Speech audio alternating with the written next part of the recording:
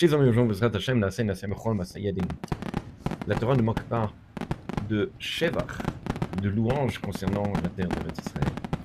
Dans la Gemara de Ktuvot, c'est là-bas surtout qu'on voit l'amour qu'avaient les Chachamim envers la terre d'Eretz Israël dans Kouf Yud Gimel. Là-bas, l'une des choses, c'est rapporté là-bas que Rabbi Abba est arrivé à Akko, et dès qu'il est arrivé, il a embrassé les pierres, les rochers. Alors il faut comprendre qu'est-ce que c'est que Nishek et Avanim.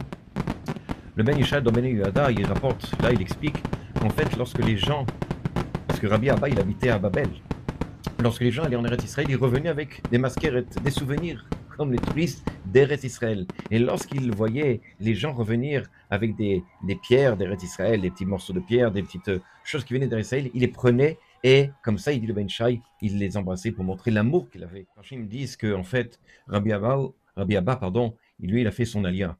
Et en fait, lorsqu'il est ravé, vous savez, aujourd'hui, souvent les gens, quand ils viennent en Eretz Israël, c'est surtout pour la première fois, ils sortent du tarmac et ils embrassent la terre d'Eretz Israël. C'est un peu ce qu'a fait Rabbi Abba, comme ça voudrait dire certains Befashim, lorsqu'il est arrivé en bateau à Akko, en Eretz Israël. La première chose, lorsqu'il est arrivé sur les rochers, il a embrassé les rochers pour montrer l'amour qu'il avait pour Eretz. Je garderai ce commentaire pour la fin.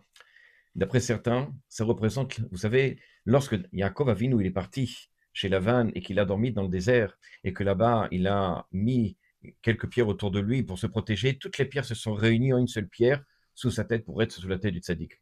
On peut comprendre ici que lorsque Rabbi Abba il a embrassé les Avanim, comme ça, Neshko et Avanim, embrassé l'Avanim, en fait il voulait dire comme ça que Bezrat Hashem, il attendait comme ça la Géoula, la délivrance très proche du Klal Israël, que toutes ces pierres-là, c'est-à-dire tous les juifs des quatre coins du monde, puissent revenir en Eretz Israël et former un seul peuple, Bezrat Hashem. C'est ce qu'on doit, comme ça il dit le Shla, la dernière chose qu'on a à faire, Bezrat Hashem, c'est d'arriver à un peuple unique. On a une Torah unique, on a une terre Kadosh, et on a un peuple Kadosh qui, Bezrat Hashem, très bientôt va revenir sur sa terre.